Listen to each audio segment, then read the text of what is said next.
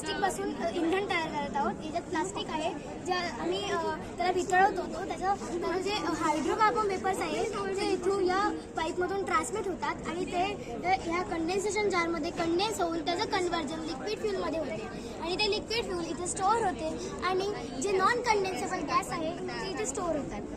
आणि जे फ्यूल आम्ही याच्यापासून हे एक्स्ट्रॅक्ट केलेलं हे फ्यूल आहे ते आम्ही याला फिल्टर पेपर वापरून याला पॅराफिन वॅक्स आणि फ्यूल सेपरेट केलेलं आहे. त्याच्यामध्ये जे मेल्टेड वितळलेलं प्लास्टिक आहे ते आपण बिटुमेन म्हणून यूज करू शकतो.